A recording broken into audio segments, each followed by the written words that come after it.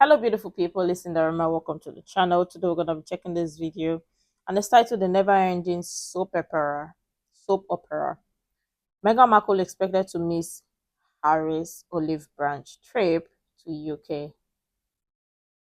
The thumbnail here wrote, "Married someone unwilling to make sacrifices. Are you surprised?" Interesting. We're going to be checking this video to you all at the say. Let's check it out. Let's talk about the other story that has emerged. This is according to Closer magazine, is reporting that Prince Harry is planning this summer an extensive trip back to Britain. The suggestion is he's a bit homesick, but mainly this is an olive branch trip. He wants to come back and mend the bridges with his family. Good luck. Probably published before that ITV interview came out. Yeah, but good luck with that, Harry. And now the main tenet of this story, though, Kinsey, is that if this does happen, apparently he's going to come on his own. Meghan, we're told, is too busy with American Riviera Orchards, the lifestyle website that never sells anything. Launched in March, hasn't sold a thing yet, but she's busy with that. And also her cooking series for Netflix is coming out very soon, so she's probably involved in that as well. In fairness to Meghan, she's got stuff going on, but she's apparently too busy to come back with her husband. This has led to speculation, you know, maybe is this marriage all that we think it is?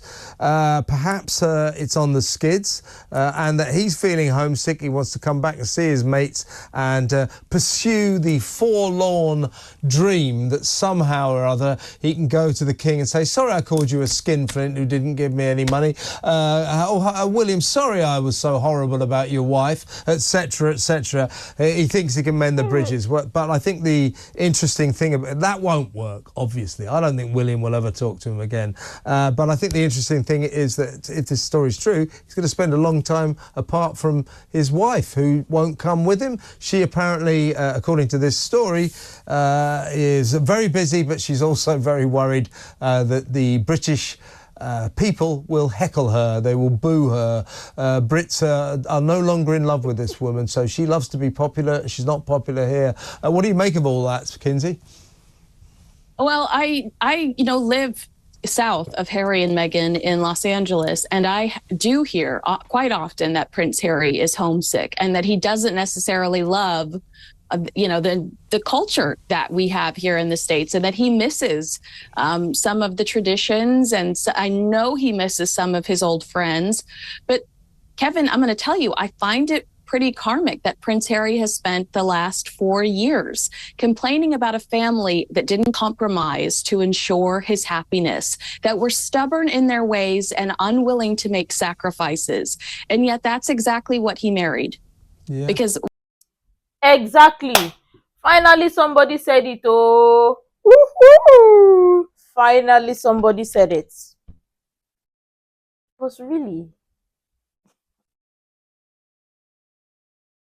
You see, the two of them, that's why I keep saying the two of them is at fault, Harry and Meghan, and both of them, you cannot separate the two of them. No way. They are perfect match. They know the reason why they met. There is a reason why they met, because obviously is like a yin and yang mirror reflection of each other. Duo, almost attached to the hip. He is homesick. If that is true, homesick. Does the UK want him? That's the question. Let me know what you think. For those living in the UK, let me know what you think if UK wants him. Because even America, I know for sure that Americans are tired, and they would, if they are to choose, they would put him in the next available flight back to UK. Let me know if the UK too wants him. He is homesick and wants to come to the UK, but his wife is not coming.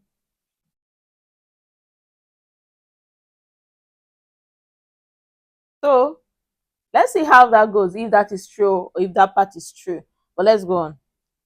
Yeah. Because what you read that report and it's like, how is that any different to, you complaining about your family not bending to your ways to ensure your happiness. You know, if you're going to be happiest in Birmingham doing Invictus, if you're going to be happiest spending the summer in the UK trying to mend fences, don't you want your significant other there, the person that you have sacrificed absolutely everything for? Don't you want her to be there to help the tides turn, to change, you know, to change the direction of the relationships? I imagine if this is true, again, this is coming from Closer magazine, that this would be very disappointing for Prince Harry. Yeah, I've got some. I mean, I know what he's going through to some extent. You know, having made the same move myself, not via Canada, but moved from London to Los Angeles, and I loved the LA culture. I loved everything about California. I loved living there, but it's very different. And a lot of English or British people, they say, I'm going to go to Los Angeles, I'm going to go to California because the sun shines, and they speak English. They expect the culture to be the same because we speak the same language. It's very different, and I think he may be realising that on an epic scale. But essentially what you just said, Kinsey, really good point. What we've been subjected to for the past 4 years is like a kind of extended teenage sulk on the part of a middle-aged father of 3. 2, but is it yeah, 2? I guess if you include Meghan Markle in that, I would say, he might, there might be a little bit of babying Meghan Markle as well. But no, it does feel like a never-ending soap opera for the Sussexes. And if they'd like for that to stop, they should probably stop doing sit-down interviews to complain about things that happened decades ago, years ago, decades ago. They need to both look towards the future and focus on the opportunities that they have been given. They have a very blessed life. They sure do. If only the rest of us could live such lives of wealth and privilege, but not many of us were born into royal families. Exactly. Harry should kneel down and pray every day and thank his lucky stars, but he doesn't seem to realise that he actually won the lottery in life. He seems to think he's lost it. I don't know what the matter with the guy is. Kinsey, fabulous to talk to you as always. You have a great weekend. That's Kinsey Schofield, royal commentator. Like, every time I just try to remind myself that he's a prince. He's a freaking prince. He does not even know that. Or this one is too much privilege. Indeed, he's a father of 3.